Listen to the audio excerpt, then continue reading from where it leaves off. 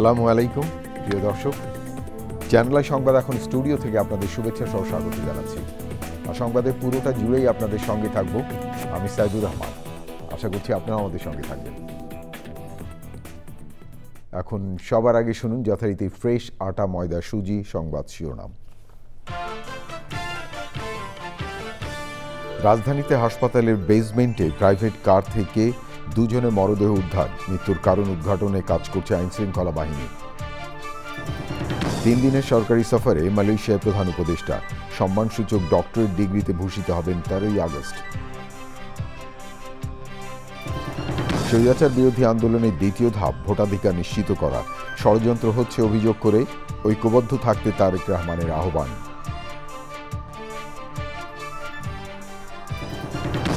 চাঙ্কারপুল গণহত্যা মামলায় সাবেক ডিএমপি কমিশনার হাবিব সহ 8 পুলিশের বিরুদ্ধে সাক্ষ্য গ্রহণ, অপরাধীরা ছাড় পাবে না হুঁশিয়ারি। এবং বরিশালে ধর্মীয় প্রতিষ্ঠানে প্রকৃতি ও জীবন ক্লাবের বৃক্ষরোপণ প্রকৃতি সংরক্ষণে সবাইকে উৎসাহিত করবে বলে বিশিষ্টজনদের আশা।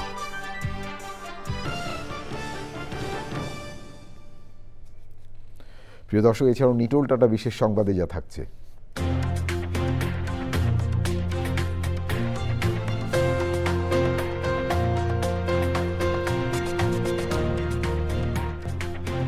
প্রতিবন্ধী তরুণ তরুণীদের উদ্যোক্তা হিসেবে গড়ে তুলতে জুয়েলারি প্রশিক্ষণের খবর।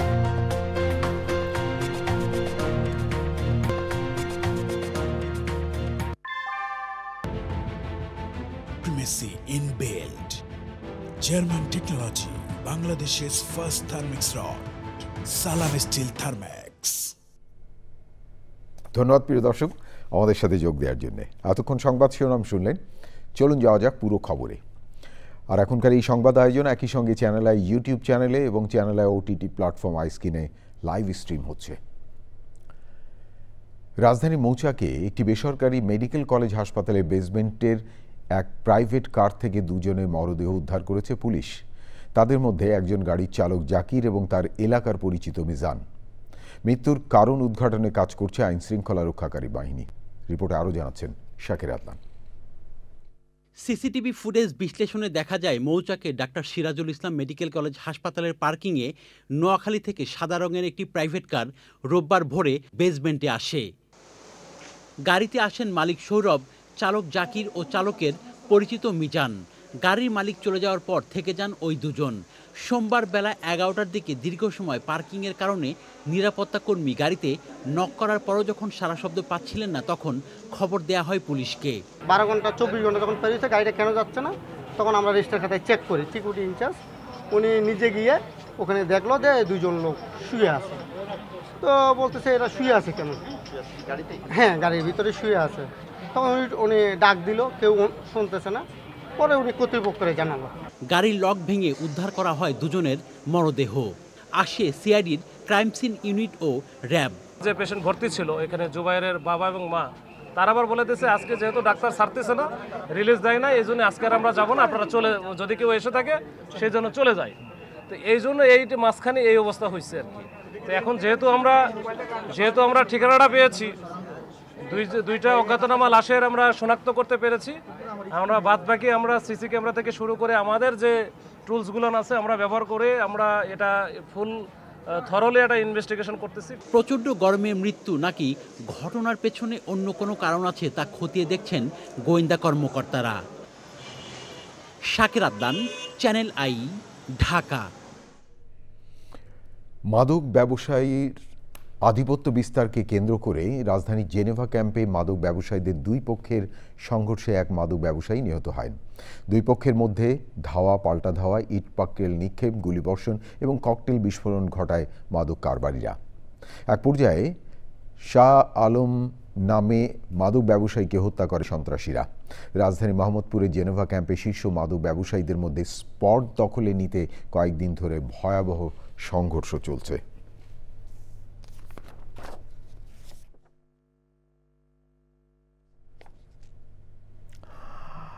তিন দিনের সরকারি সফরে মালয়েশিয়ায় পৌঁছেছেন প্রধান উপদেষ্টা অধ্যাপক ডক্টর মোহাম্মদ ইউনুস।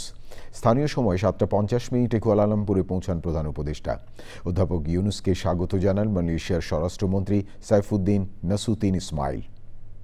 এই সময় অধ্যাপক ইউনুসকে গার্ড অফ অনার দেয়া হয়। মালয়েশিয়ার জাতীয় বিশ্ববিদ্যালয় ইউনিভার্সিটি কেবাংসান মালয়েশিয়া 13ই আগস্ট প্রধান উপদেষ্টা ডক্টর মোহাম্মদ ইউনুসকে সম্মানসূচক ডক্টরেট ডিগ্রি প্রদান করবে। বিশ্ববিদ্যালয় শিক্ষার্থীদের উদ্দেশ্যে স্মারক বক্তৃতা দেবেন ডক্টর মোহাম্মদ ইউনুস। মালয়েশিয়ার প্রধানমন্ত্রী আনোয়ার ইব্রাহিমের সঙ্গেও তার বৈঠক হওয়ার কথা রয়েছে। এর আগে হযরত শাহজালাল আন্তর্জাতিক বিমানবন্দরে থেকে বিমান বাংলাদেশ এয়ারলাইন্সের একটি ফ্লাইটে বেলা 2টায় মালয়েশিয়ার উদ্দেশ্যে রওনা হন প্রধান উপদেষ্টা। মালয়েশিয়ার প্রধানমন্ত্রী আনোয়ার ইব্রাহিমের আমন্ত্রণে তার এই সফর। বিএনপির ভারপ্রাপ্ত চেয়ারম্যান তারেক রহমান বলেছেন, স্বৈরাচার পতনের আন্দোলনের প্রথম ধাপ শেষ হওয়ার পর এখন দ্বিতীয় ধাপ হচ্ছে ভোটের অধিকার নিশ্চিত করা। নানা ষড়যন্ত্র হচ্ছে অভিযোগ করে সবাইকে ঐক্যবদ্ধ থাকার কথা বলেন। বিএনপির নওগাঁ জেলার সম্মেলনে ভার্চুয়ালি যুক্ত হয়ে নেতাকর্মীদের উদ্দেশ্যে তিনি বলেন, অনেক ঘুরঘুর করছে যারা নিজেদের স্বার্থ হাসিলের পর দলের দুঃসময় চলে যাবে, তাদেরকে দূরে রাখতে হবে। প্রিয় দর্শক, দেখুন সহকর্মী রাহুল রায়ের রিপোর্টটি। রোববার ছিল রাজশাহী মহানগর বিএনপির সম্মেলন, এরপর দিন নওগাঁ জেলার সম্মেলন। ভোটের মাধ্যমে নেতৃত্ব বাছাইয়ের এসব সম্মেলনে ভার্চুয়ালি যুক্ত হচ্ছেন বিএনপির ভারপ্রাপ্ত চেয়ারম্যান তারেক রহমান। নওগাঁ জেলার সম্মেলনেও প্রায় পুরো সময় ভার্চুয়ালি যুক্ত ছিলেন। নেতাকর্মীদের উদ্দেশ্যে বক্তব্যও দিয়েছেন। আন্দোলন বলুন, সংগ্রাম বলুন, যুদ্ধই বলুন, যেভাবেই বলুন না কেন, সেটির একটি পর্ব শেষ হয়েছে। এখন দ্বিতীয় পর্ব শুরুর পালা। দ্বিতীয় পর্ব কি? যেই দাবি আমরা করে আসছিলাম গত 1 যুগেরও বেশি সময় ধরে, কি ছিল সেই দাবি? সেই দাবি ছিল জনগণের রাজনৈতিক অধিকার প্রতিষ্ঠার দাবি, ভোটের মাধ্যমে তার অধিকার প্রয়োগ করা, এবং ভোটের মাধ্যমে জনগণ জানান দিয়ে দেয়, ভোটের মাধ্যমে জনগণ সিদ্ধান্ত দিয়ে যায় যে জনগণের এই দেশ কারা পরিচালনা করবে একটি নির্দিষ্ট সময় পর্যন্ত। যারা স্বার্থ হাসিল করতে চায় তাদেরকে দূরে রাখতে নেতাকর্মীদের নির্দেশনা দিয়েছেন তিনি। বিএনপির যে পরিকল্পনা দেশকে সামনে এগিয়ে নিয়ে যাওয়ার, এই পরিকল্পনা যাতে বাস্তবায়িত না হতে পারে, মানুষের ভোটের অধিকার যাতে বাস্তবায়িত হতে না পারে, সেইটাকেও ভুন্ডল করে দেওয়ার জন্য কিন্তু বিভিন্ন জায়গায় ষড়যন্ত্র চলছে। আল্লাহর রহমতে এই দেশের জনগণের সমর্থনে আপনি সরকার গঠন করবেন, আপনার পিছে কিন্তু এখন অনেক ঘুরঘুর করছে।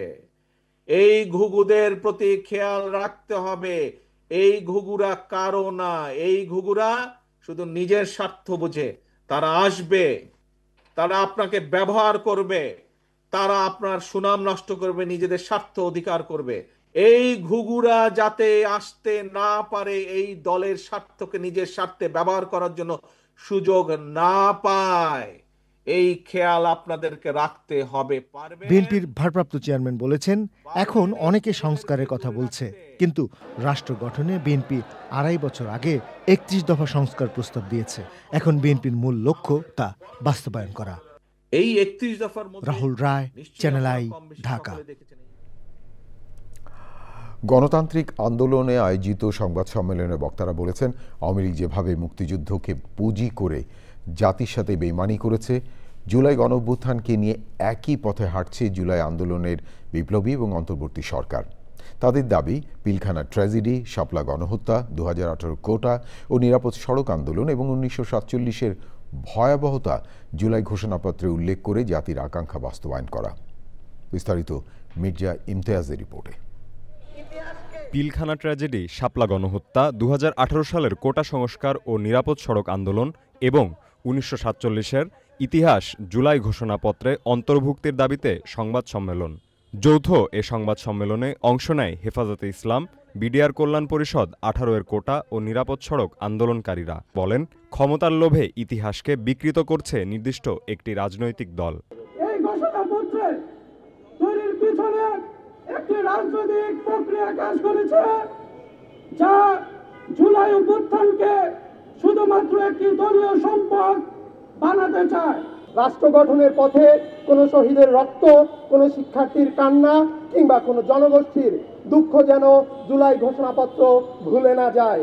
তারা বলেন, অন্তর্বর্তী সরকারের অনেক উপদেষ্টায় জুলাই বিপ্লবকে ধারণ করেন না। এই জুলাইয়ের চেতনা বিক্রি করে তারা আজকে ওই আওয়ামী লীগের পথে হাঁটা শুরু করেছে।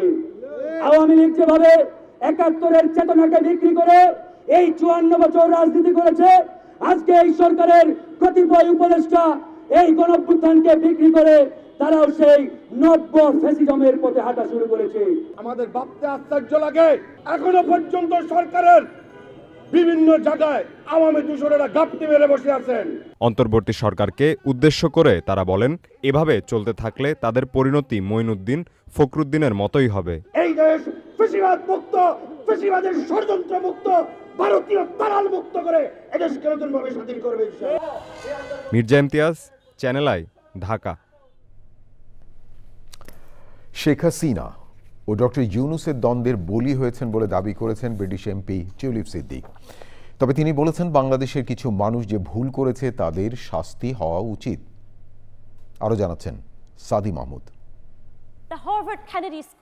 টিউলিপ সিদ্দিকের বিরুদ্ধে দুর্নীতি দমন কমিশনের অভিযোগ, তিনি তার খালা শেখ হাসিনার যোগসাজশে ও প্রভাব খাটিয়ে ঢাকার পূর্বাচলে তার মা, ভাই ও বোনের জন্য প্লট নিয়েছেন। তবে ব্রিটিশ সংবাদ মাধ্যম দ্য গার্ডিয়ানে দেওয়া সাক্ষাৎকারে টিউলিপ বলেছেন, এসব অভিযোগ পুরোপুরি অবাস্তব। আদালতে হাজির হতে আনুষ্ঠানিক সমন এখনো পাইনি। মনে হচ্ছে আমি যেন এক চরম অস্বস্তিকর দুঃস্বপ্নে আটকে আছি, অথচ আমার বিরুদ্ধে কি কি অভিযোগ আনা হয়েছে সেটি এখনও জানতে পারিনি। আমি আইনি পরামর্শ নিচ্ছি। আমার পরবর্তী পদক্ষেপ কি হওয়া উচিত সেটি আমার আইনজীবীদের পরামর্শের আলোকে নির্ধারণ করব। রূপপুর পারমাণবিক বিদ্যুৎ কেন্দ্রের অর্থ আত্মসাতের অভিযোগও অস্বীকার করে টিউলিপ বলেন, তিনি ডক্টর ইউনূস ও তার খালার দ্বন্দ্বের শিকার। আমি আমার খালাকে রক্ষা করার জন্য আসিনি। আমি জানি তার সরকারি দায়িত্ব কিভাবে পরিচালিত হয়েছে, কিভাবে শেষ হয়েছে তার প্রক্রিয়া নিয়ে তদন্ত চলছে। আর আমি সত্যিই আশা করি বাংলাদেশের মানুষ যে পরিসমাপ্তি চান তারা যেন তা পান। বাংলাদেশের কিছু লোক ভুল করেছে এবং তাদের শাস্তি পাওয়া উচিত, কিন্তু তাদের মধ্যে আমি নই। সত্যি হলো আমি শুধুই কোলেটারাল ড্যামেজ, কারণ আমার খালার সঙ্গে ডক্টর ইউনূসের শত্রুতার পরিণতি এটি। অভিযোগের স্পষ্টতা নিয়ে ডক্টর ইউনূসের যুক্তরাজ্য সফরের সময় তার সঙ্গে দেখা করতে চেয়েছিলেন টিউলিপ। সেই প্রস্তাব প্রত্যাখ্যান করে ডক্টর ইউনূস বলেন, এটি বিচার প্রক্রিয়াকে প্রভাবিত করবে। সাদি মাহমুদ, চ্যানেল আই। স্বরাষ্ট্র উপদেষ্টা অবসরপ্রাপ্ত লেফটেন্যান্ট জেনারেল মোহাম্মদ জাহাঙ্গীর আলম চৌধুরী বলেছেন, নির্বাচন যেন সুষ্ঠু, শান্তিপূর্ণ এবং উৎসবমুখ পরিবেশে হয় সেজন্য সব ধরনের চেষ্টা থাকবে। কেরানীগঞ্জে একটি ভোটকেন্দ্র পরিদর্শন করে স্বরাষ্ট্র উপদেষ্টা বলেন, নির্বাচনে ৮০,০০০-এরও বেশি সেনা সদস্য দায়িত্বে থাকবেন, পাশাপাশি আইনশৃঙ্খলা বাহিনীর সদস্যরাও থাকবেন। বডি ক্যাম দিয়ে নির্বাচন পর্যবেক্ষণ করা হবে। নির্বাচন সুন্দর করতে রাজনৈতিক দল এবং জনগণের সহযোগিতা প্রয়োজন উল্লেখ করে তিনি বলেন, অবৈধ অস্ত্র উদ্ধার চলছে। তিনি আক্ষেপ করে বলেন, আগে কেউ বিপদে পড়লে মানুষ তাকে সহযোগিতা করতে আপ্রাণ চেষ্টা করতেন, আর এখন ওই ঘটনার ভিডিও ধারণ করেন। বডি ক্যামে পুরো ওই সিসিটিভির কাজই কিন্তু হয়ে যায়, পুরা অবজারভেশনের কাজটি হচ্ছে। কেন্দ্রবর্তী থাকে হলো ৬ জন পুরুষ আনসার, ৪ জন মহিলা আনসার, ২ জন অস্ত্রধারী আনসার। এবার আমরা আনসার ১ জন আরও বাড়াচ্ছি ওই কী বলে প্রিজাইডিং অফিসারের জন্য। প্রিজাইডিং অফিসার অনেক সময় থ্রেটে থাকে, ওনার জন্য ১ জন। তারপরে আমরা প্রতি কেন্দ্রে ২ জন থেকে ৩ জন তো পুলিশ দিবই। তারপরে আমাদের মোবাইল হিসেবে এবার জানেন অন্য সময় আমরা আর্মি ৩০,০০০, এবার আমরা প্রায় ৮০,০০০-এর উপরে সেনাবাহিনী নিয়োগ করব, নৌবাহিনী নিয়োগ করব, সেনাবাহিনী নিয়োগ করব, বিজিবি নিয়োগ করবে এবং র্যাব এবং অন্যান্য বাহিনীতে থাকবে। আইন শৃঙ্খলা বাহিনী পর্যাপ্ত পরিমাণ থাকবে। কথা বলছিলেন স্বরাষ্ট্র উপদেষ্টা মোহাম্মদ জাহাঙ্গীর আলম চৌধুরী।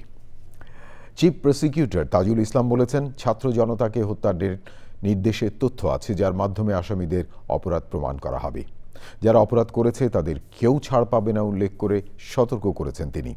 গত বছর ৫ই আগস্ট চাংখারপুলে গুলি করে ৬ জনকে হত্যার ঘটনায় মানবতা বিরোধী অপরাধের মামলায় সাবেক ডিএমপি কমিশনার হাবিবুর রহমান সহ ৮ পুলিশ সদস্যের বিরুদ্ধে সাক্ষ্য গ্রহণের সূচনা বক্তব্য দেন চিফ প্রসিকিউটর।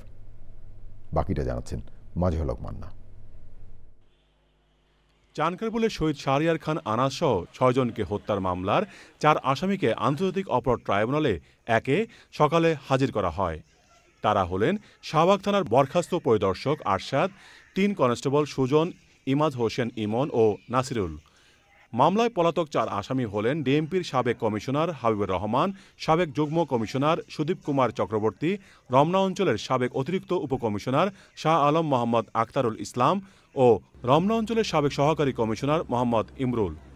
১৪ জুলাই ৮ পুলিশ সদস্যের বিরুদ্ধে অভিযোগ গঠন করেন ট্রাইব্যুনাল। সোমবার সাক্ষ্যগ্রহণের শুরুতে সূচনা বক্তব্য দেন চিফ প্রসিকিউটর। ছাত্র জনতাকে হত্যা করার যে নির্দেশনা সেগুলো আমরা দাখিল করেছি। এই সব কিছুর মাধ্যমে আসামিদের বিরুদ্ধে অকাট্যভাবে প্রমাণ করার মতো সাফিসিয়েন্ট ম্যাটেরিয়াল প্রসিকিউশনের হাতে আছে, যেগুলোর মাধ্যমে আসামিদের অপরাধ প্রমাণিত হবে। জুলাই আগস্টের বিচার নিয়ে যারা ষড়যন্ত্র করছেন তাদেরকে সতর্ক বার্তা দেন তিনি। যারা মনে করেছিলেন যে বাংলাদেশে গণহত্যা চালিয়ে পার পাওয়া যাবে, যারা মনে করেছিলেন পরবর্তীতে প্রতিবিপ্লব ঘটাবেন অথবা অন্য কোনোভাবে এই বিচারটাকে বানচাল করার চেষ্টা করা যাবে, তাদের জন্য ক্লিয়ার মেসেজ, যারা অপরাধ করেছেন তারা কেউ ছাড় পাবেন না। বিচারের প্রক্রিয়া কোনো অবস্থাতেই বন্ধ হবে না। প্রথম দিন মামলায় সাক্ষ্য দেন শহীদ আনাসের বাবা শাহরিয়ার খান ও মা সানজিদা খান। মাঝড়ক মান্না, চ্যানেল আই, ঢাকা। সৃষ্টির আদিকাল থেকেই মানব জাতিকে মাতৃস্নেহে আগলে রেখেছে প্রকৃতি। তাই প্রকৃতি এবং পরিবেশ সংরক্ষণে বিশেষ গুরুত্ব দেওয়া হয়েছে বিভিন্ন ধর্মে। এরই ধারাবাহিকতায় মোবাইল নেটওয়ার্ক অপারেটর বাংলালিংকের সহযোগিতায় বরিশালের বিভিন্ন শিক্ষাঙ্গনের পাশাপাশি ধর্মীয় প্রতিষ্ঠানেও প্রকৃতি ও জীবন ক্লাবের বৃক্ষরোপণ কর্মসূচি হয়েছে। এমন উদ্যোগ প্রকৃতি সংরক্ষণে উৎসাহিত করবে বলছেন বিশিষ্টজনেরা। প্রিয় দর্শক, দেখুন সাইদ পান্থ তথ্য ভিডিও চিত্রে আফরোজা হাসির রিপোর্টটি।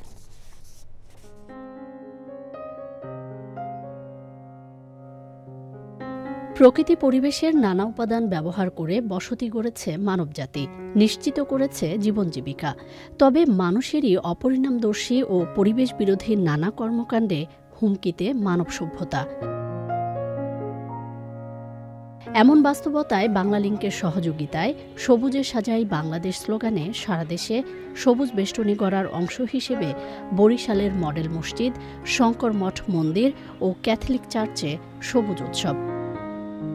সবুজে সাজাই বাংলাদেশ এই প্রতিপাদ্যে বরিশালে বৃক্ষরোপণ কর্মসূচি পালন করেছে প্রকৃতি জীবন ক্লাব।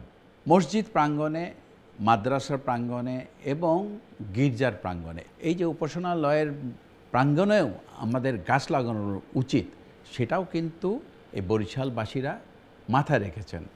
আমাদের 15% কার্যক্ষমতা বাড়িয়ে দেয় এই সবুজ গাছ। এই বৃক্ষ কিন্তু আমাদের কিন্তু নানাভাবে উপকার করছে। তারই একটি বড় প্রমাণ হচ্ছে আমাদের কর্মক্ষমতা। আসুন এই বর্ষায় আমরা সারা বাংলাদেশটাকে সবুজে ছেয়ে ফেলি। এই উদ্যোগ ধর্মবর্ণ নির্বিশেষে সবাইকে পরিবেশ সংরক্ষণে উদ্বুদ্ধ করবে বলছেন বিশিষ্টজনরা। আপনাদেরকে ধন্যবাদ ও কৃতজ্ঞতা জানাই। ক্যাথলিক চার্চ বাংলাদেশে সর্বত্র বৃক্ষরোপণ আজ থেকে না, এটা 50 বছর আগে থেকেই আমরা গাছ রোপণ করি। বৃষ্টি বা অতি খরার যে প্রকোপ, সেটা থেকে মুক্তির আসলে একটাই উপায় হতে পারে, সেটা হলো গাছ লাগানো। বাংলালিংক এরকম একটা মহৎ উদ্যোগের সাথে সামিল হতে পেরেছে। এজন্য আমরা প্রকৃতি এবং জীবন ফাউন্ডেশনকে ধন্যবাদ জানাতে চাই। জনগণের কাছে একটা বার্তা হিসেবে থাকবে, বৃক্ষরোপণ সকলের উপকার করে দেশের অক্সিজেনের ব্যালেন্স করে। প্রকৃতি ও জীবন ক্লাবের আরো উত্তরোত্তর সমৃদ্ধি কামনা করছি। কর্মসূচির অংশ হিসেবে বাকেরগঞ্জ ও মুলাদির 32টি শিক্ষা প্রতিষ্ঠানে রোপণ করা হয় ফলদ, বনজ ও ঔষধি গাছের চারা। বৃক্ষ শুধু আমাদের প্রাকৃতিক সৌন্দর্য নয়, এটা আমাদের ভবিষ্যৎ নিরাপত্তা। আমরা আশাবাদী যে আমাদের যে উদ্যোগ, মানুষের যে উদ্যোগ, আমরা বাংলাদেশকে সবুজে সাজাতে পারবো। সংশ্লিষ্টরা বলছেন, পরিবেশ সংরক্ষণে ধর্মীয় মূল্যবোধের চর্চা ও এর সঠিক প্রয়োগের মাধ্যমে রক্ষা পাবে প্রাণ প্রকৃতি, নিশ্চিত হবে সবুজ পৃথিবী। আফরোজা হাসি, চ্যানেল আই। আমার হাতে আরো খবর আছে প্রিয় দর্শক, দেখতে থাকুন চ্যানেল আই সংবাদ। এবারে বিরতি, আর বিরতির পর যা দেখতে পাবেন, ইসরায়েলি হামলায় 5 সাংবাদিক সহ 61 ফিলিস্তিনি নিহত। গাজা দখলের পরিকল্পনাকে আন্তর্জাতিক মানবাধিকার আইনের লঙ্ঘন বলে সতর্কতা।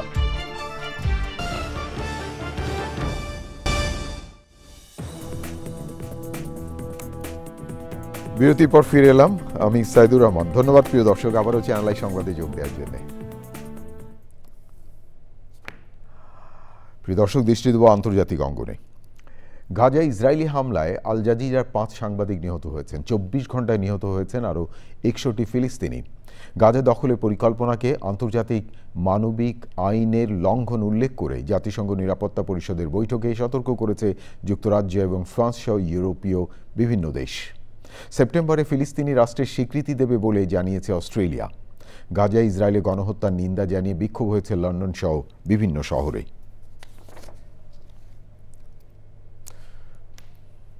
প্রিয় দর্শক, এবারে নিটোল টাটা বিশেষ সংবাদ।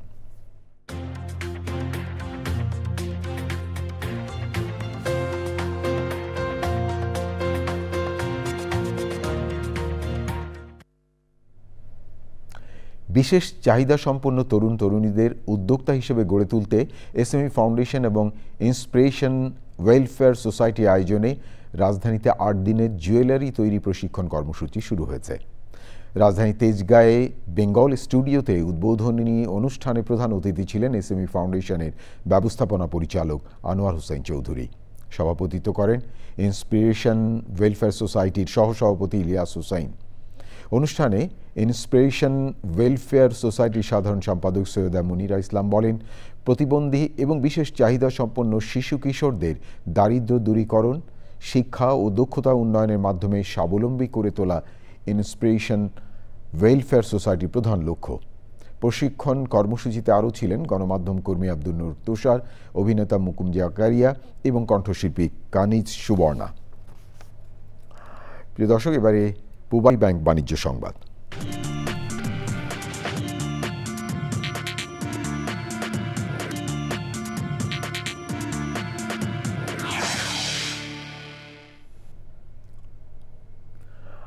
আল আরাফা ইসলামী ব্যাংকের উদ্যোগে মাসব্যাপী উদ্যোক্তা উন্নয়ন প্রশিক্ষণ কর্মসূচি সমাপনী হয়েছে।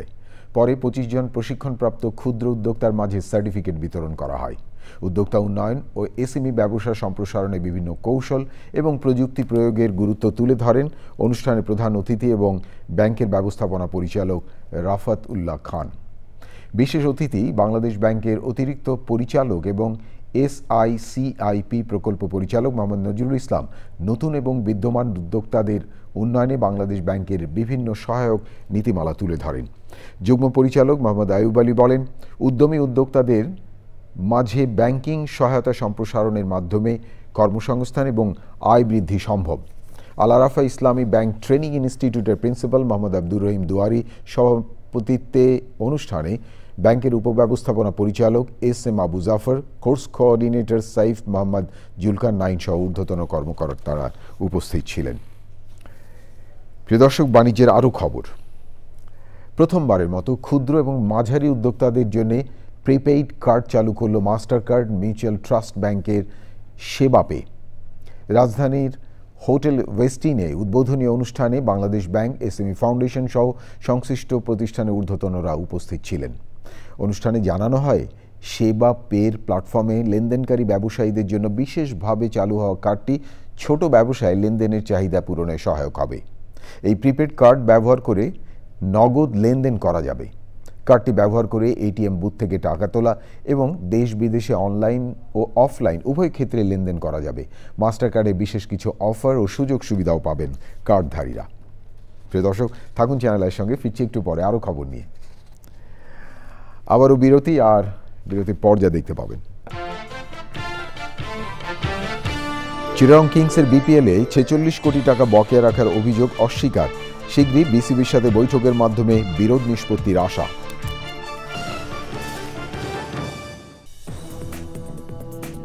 প্রিয় দর্শক, সবশেষ খবরগুলো নিয়ে আবারও ফিরে এলাম চ্যানেল আই সংবাদে। আপনাদেরকে আরেকবার স্বাগত জানাচ্ছি। জাতীয় নির্বাচনে আইন শৃঙ্খলা রক্ষার কাজ করতে পূর্ণ প্রস্তুত রয়েছে র্যাব। একথা জানিয়ে এলিট ফোর্সের ডিজি বলেছেন, সরকারি চাহিদা মতো নির্বাচন অনুষ্ঠানের দায়িত্ব পালন করবে র্যাব সদস্যরা। দেখুন এনামুল কবির রূপমের রিপোর্টটি।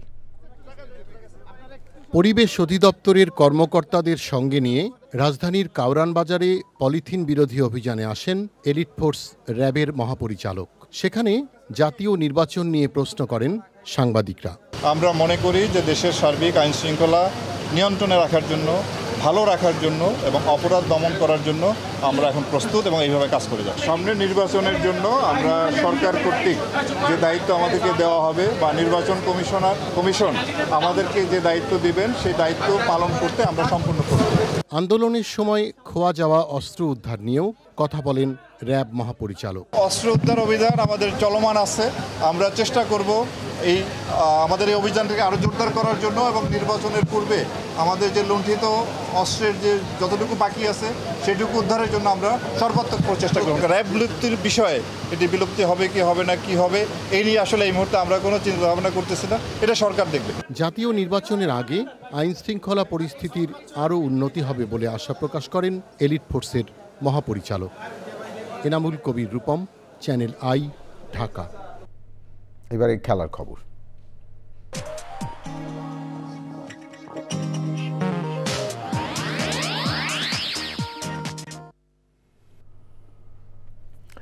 বিপিএলে ফ্র্যাঞ্চাইজি চিটং কিংসের কাছে বিসিবির 46 কোটি টাকা বকেয়া থাকার অভিযোগ অস্বীকার করলেন কর্ণধার সামির কাদের চৌধুরী।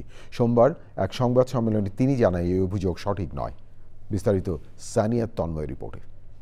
সম্প্রতি বিপিএলের ফ্র্যাঞ্চাইজি চিটাগাং কিংসের কাছে বিসিবির 46 কোটি টাকার বকেয়ার বিষয়টি প্রকাশ পায় দেশের গণমাধ্যমগুলোতে। আলোচনার মধ্যেই সংবাদ সম্মেলনে অভিযোগ অস্বীকার করেন ফ্র্যাঞ্চাইজিটির কর্ণধার সামির কাদের চৌধুরী। মজার বিষয় হলো এই ফিগারটা 46 কোটি টাকার, এটা না ওনাদের কাছে কোনো জবাব আছে না আমার কাছেও কোনো জবাব আছে, কিন্তু বাজারে কিন্তু ঘুরছে 46 কোটি টাকার। এই ফিগারটা কোথা থেকে আসছে এটা কারো কাছে কোনো উত্তর নেই। বাংলাদেশ ক্রিকেট বোর্ডের কাছেও এটা আপনাদের সামনে হয়তো বা জিজ্ঞেস করা হয়েছে, এটার কোনো উত্তরই নেই, আমার কাছেও নেই। আনফর্চুনেটলি এটার উত্তরটা আমিও আপনাদেরকে দিতে পারছি না। শিগগিরই বিসিবির সাথে বৈঠকের মাধ্যমে বিরোধ নিষ্পত্তির আশা করছেন তিনি। আমরা কিভাবে আগাবো না আগাবো এটা ইনশাল্লাহ আশা রাখি খুব শিগগিরই বাংলাদেশ ক্রিকেট বোর্ড এবং আমরা বসে এটা ওভাবে সমাধান করতে পারি। আমি খুবই গ্রেটফুল, আমি আজকে যে ফোন কলটা পেয়েছি বোর্ডের তরফ থেকে, এখন যে আমার সাথে তারা বসে এটা সমাধান করতে যাচ্ছে, এটার জন্যই আমি এতদিন অপেক্ষা করছিলাম। আমারটা আপনারা যদি বিসিবির সাথে আলোচনার ফলাফলের উপর নির্ভর করবে আসন্ন বিপিএল মৌসুমে ফ্র্যাঞ্চাইজিটি থাকছে কিনা। সানিয়া তন্ময়, চ্যানেল আই। প্রিয় দর্শক, এই ছিল আপনাদের জন্য আমাদের সকল আয়োজন। তবে যাবার আগে ফ্রেশ আটা ময়দা সুজি সংবাদ শিরোনাম আরও একবার।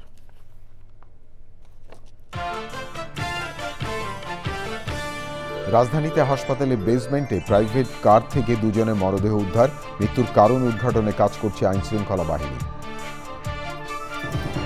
3 দিনের সরকারি সফরে মালয়েশিয়ায় প্রধান উপদেষ্টা, সম্মানসূচক ডক্টরেট ডিগ্রিতে ভূষিত হবেন 13ই আগস্ট।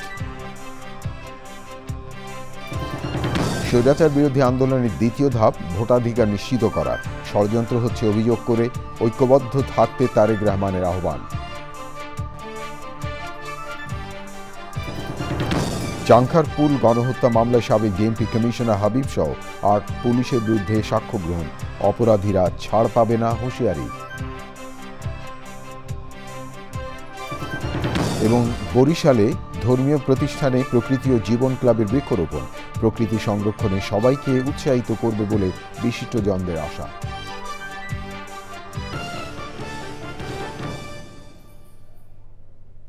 প্রিয় দর্শক, এতক্ষণ চ্যানেল আই সংবাদ দেখার জন্য অসংখ্য ধন্যবাদ। ভালো থাকবেন আর ভালো রাখবেন সবাইকে।